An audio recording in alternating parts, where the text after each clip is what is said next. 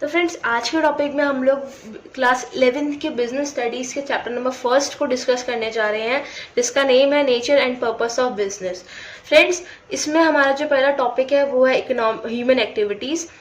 तो फ्रेंड्स देखिए, human activities आप नाम से समझ गए होंगे कि वो एक्टिविटीज़ जो इंसान करता है, यानी कि एक ह्यूमन करता है। तो हम लोग लिख सकते हैं activities which human being undertake are known as human activities. जो ह्यूमन करते हैं उनको हम क्या बोलते हैं? Human activities. वो एक्टिविटीज़ जो ह्यूमन बीइंग्स करते हैं। तो फ्रेंड्स, बिजनेस में ह्यूमन एक्टिविटीज़ को फर्दर 2 पार्ट्स में क्लासीफाई करा गया है। पहला टॉपिक है हमारा इकोनॉमिक एक्टिविटी और दूसरा टॉपिक है हमारा नॉन इकोनॉमिक एक्टिविटी। फ्रेंड्स, आपको नेम से थोड़ा आइडिया लग गया होगा कि इकोनॉमिक एक्टिविटी जो है वो हमारी इकोनॉमी से रिलेटेड एक्टिविटीज़ के बारे में है, वही नॉन इकोनॉमिक एक्टिविटी जो हमारी इकोनॉमी से रिलेट नहीं करती है उन एक्टिविटीज़ के बारे में। तो अभी हम लोग इकोनॉमिक एक्टिविटीज़ को थोड़ा डिटेल में पढ़ते हैं। देखिए, इकोनॉमिक एक्टिविटी क्या होता है? Activities which are undertaken by people with the object of earning money are known as economic activity. यानी कि वो एक्टिविटीज जो लोग करते हैं, यानी कि जो इंसान करते हैं, अंडरटेक करते हैं पैसे कमाने के लिए, उन्हें हम क्या बोलते हैं? Economic activity.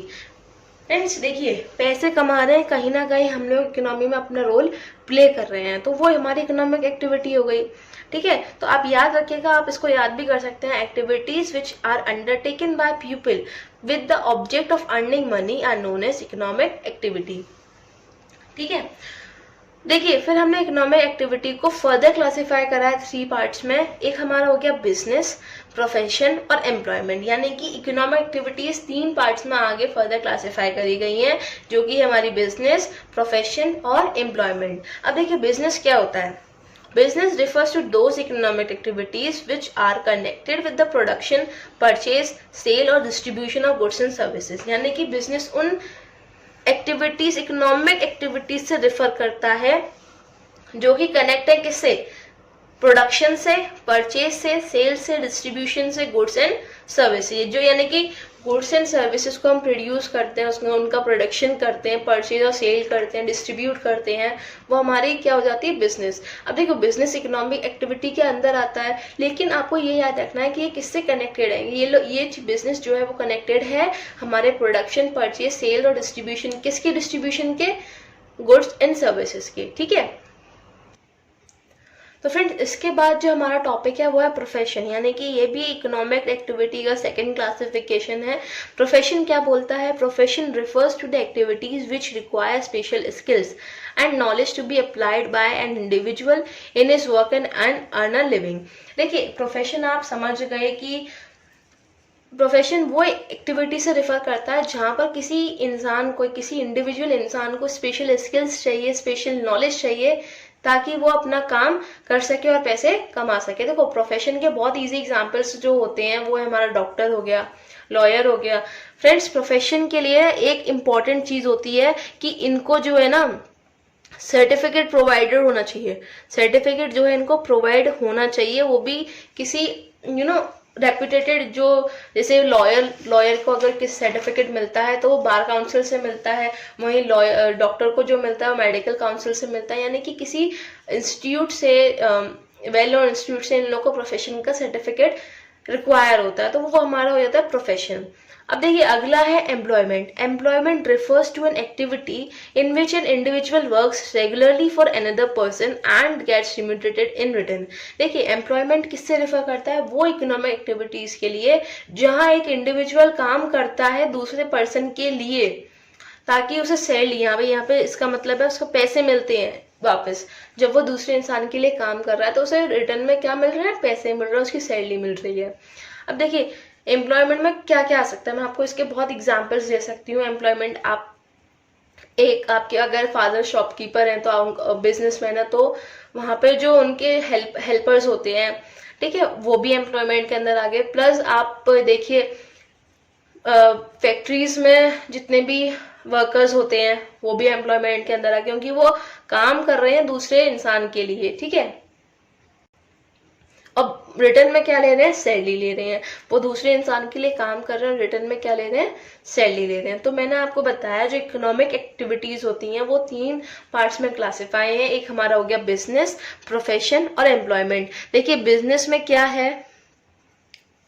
बिजनेस में गुड्स एंड सर्विसेज से रिलेटेड काम होता है, यानी कि production of goods and services, purchase and sales of goods and services and distribution of goods and services. Profession simple है, यानी कि किसी एक इंडिविजुअल को स्पेशल नॉलेज और स्पेशल स्किल्स की जरूरत होती है ताकि वो तब वो प्रोफेशन के अंदर आता है। एम्प्लॉयमेंट, कोई एक इंडिविजुअल दूसरे पर्सन के लिए काम कर रहा है और वापस में सैलरी ले रहा है, तो कहीं ना कहीं ये लोग जो हैं इकोनॉमी में अपना एक पार्ट रोल प्ले कर रहे हैं। ठीक है, छोटे छोटे रोल जो है ये इकोनॉमी के अंदर अपना प्ले कर रहे हैं, इसलिए ये इकोनॉमिक एक्टिविटीज के अंदर आता है। अब देखिए नॉन इकोनॉमिक एक्टिविटीज क्या है। Activities which are undertaken by an individual with motive of getting psychological satisfaction are known as non-economic activities। यानी कि एक्टिविटीज जो इंडिविजुअल कर रहे हैं अपनी खुद की सेटिस्फेक्शन के लिए, यानी कि खुद की पर्सनल सेटिस्फेक्शन के लिए जो लोग काम कर रहे हैं, जो ह्यूमन बीइंग काम कर रहे हैं, वो हो जाती है हमारी नॉन इकोनॉमिक्स एक्टिविटीज में आ जाते हैं। देखो एग्जाम्पल के लिए आप देखिए, आप टेम्पल जा रहे हैं, आप चैरिटी दे रहे हैं, आप सोशल सर्विस कर रहे हैं, तो आप इसमें कोई इकोनॉमी में रोल प्ले नहीं कर रहे हैं, आप अपनी खुद की सेटिस्फेक्शन के लिए ये काम कर रहे हैं। ठीक है, तो वो चीज हमारी क्या हो जाती है, नॉन इकोनॉमिक एक्टिविटीज। देखिए फ्रेंड्स, मैं आपको बताती हूँ बिजनेस, प्रोफेशन और एम्प्लॉयमेंट में कुछ इंपॉर्टेंट पॉइंट्स हैं जिसको मैं आपके साथ डिस्कस करना चाहती हूँ। अब देखिए, अगर बिजनेस को अगर आप कमेंसमेंट के अकॉर्डिंग देखेंगे तो बिजनेस जो है उसका सारे डिसीजन कौन लेता है, एंटरप्रेन्योर लेता है। प्रोफेशन में देखो उसके सारे डिसीजन एंटरप्रेन्योर लेगा, यानी कि जो मालिक होगा वो लेगा। प्रोफेशन में आपको किसी भी सर्टिफिकेट मिलना जरूरी होता है, वहीं एम्प्लॉयमेंट में आपको जॉब मिलनी जरूरी होती है। अब देखिए क्वालिफिकेशन की मैं बात करूं तो बिजनेस में जरूरी नहीं है कि आपको क्वालिफिकेशन हो, लेकिन प्रोफेशन में जरूरी है कि आपको क्वालिफिकेशन हो। वहीं एम्प्लॉयमेंट जो है वो क्वालिफिकेशन डिपेंड करती है कि आपकी जॉब किस तरीके की है। मैं बात कर रही हूँ क्वालिफिकेशन की।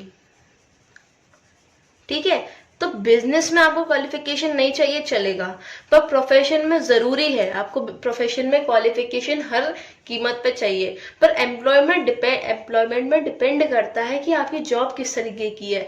अगर आप कहीं पर लाइक जो लोग घर बनाते हैं, अगर आप वो वाला काम कर रहे हैं तो जरूरी नहीं है आपको एम्प्लॉयमेंट या फिर एम्प्लॉयमेंट में क्वालिफिकेशन की जरूरत है। लेकिन वहीं अगर आप किसी बैंक में काम कर रहे हैं तो आपको वहां पे क्वालिफिकेशन की जरूरत होगी, यानी कि ये डिपेंड करता है कि आपका नेचर ऑफ जॉब क्या है। ठीक है, इन्वेस्टमेंट की अगर मैं बात कर रही हूँ इन्वेस्टमेंट की। ठीक है, तो इन्वेस्टमेंट, बिजनेस में इन्वेस्टमेंट चाहिए होता है, बिल्कुल चाहिए होता है। ठीक है, आपको कहीं ना कहीं कैपिटल रिक्वायरमेंट चाहिए होती है, तो आपको बिजनेस में इन्वेस्ट करना पड़ता है। अच्छा, अगर प्रोफेशन की बात करूं तो आपको थोड़ा बहुत तो इन्वेस्ट करना पड़ता है, जो आप पढ़ाई कर रहे हैं आप उसके भी तो पैसे दे रहे हैं। ठीक है, तो एक लिमिटेड कैपिटल आपको वहां पे भी इन्वेस्ट करनी पड़ती है। लेकिन एम्प्लॉयमेंट में आपको कोई भी इन्वेस्टमेंट की जरूरत नहीं होती। ठीक है, वहीं मैं बात करूं रिस्क की। अब देखिए रिस्क में क्या है, बिजनेस में तो रिस्क होता है, जो जिन लोगों के फादर अगर बिजनेसमैन है तो वो लोग बहुत अच्छी तरीके से जानते हैं कि बिजनेस में रिस्क होता है। फिर प्रोफेशन में बात करूं तो थोड़ा बहुत रिस्क प्रेजेंट होता है। अब अगर डॉक्टर की जॉब है तो कहीं ना कहीं थोड़ा बहुत तो रिस्क होगा ही होगा। बट अगर मैं बात करती हूँ एम्प्लॉयमेंट की, तो एम्प्लॉयमेंट में कोई भी रिस्क प्रोवाइड नहीं होता, मतलब कोई भी रिस्क होता ही नहीं है, क्योंकि उन लोगों की जॉब होती है तो उन लोगों को कोई भी रिस्क नहीं होता। अधिकतर रिस्क इन्वॉल्वमेंट होते ही नहीं है रिस्क। ठीक है, अच्छा मेन ऑब्जेक्टिव की बात करूं, अगर मैं बिजनेस के मेन ऑब्जेक्टिव की बात कर रही हूँ, मेन ऑब्जेक्टिव की अगर मैं बात कर रही हूँ किसके, बिजनेस के, तो देखिए बिजनेस में मेन ऑब्जेक्टिव होता है कि वो प्रॉफिट अर्न करे। क्या अर्न करे, अर्न प्रॉफिट।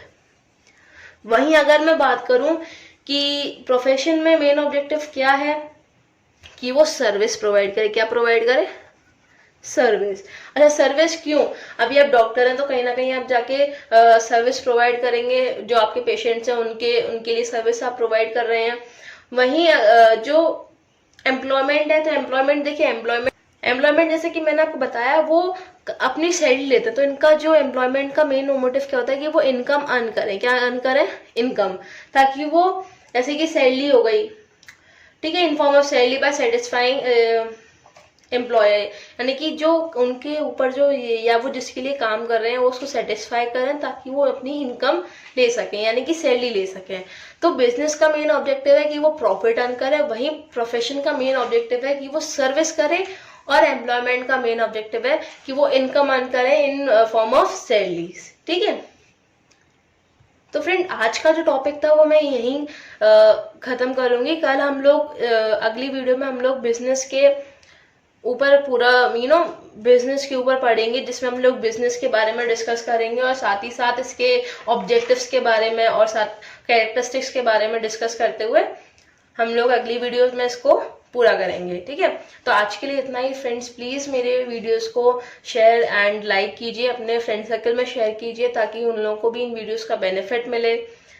फ्रेंड्स, अगर आप मेरे चैनल को सब्सक्राइब करेंगे तो मुझे कहीं ना कहीं मोटिवेशन मिलेगी कि मैं आपके लिए और ऐसी वीडियोस लाती रहूं। So please subscribe my channel, और जो साथ ही साथ मेरे बेल आइकन को भी प्रेस कीजिए ताकि मेरे आने वाली वीडियोस की नोटिफिकेशन जल्द से जल्द आपको मिल सके। सो आज के लिए इतना ही। Thank you very much.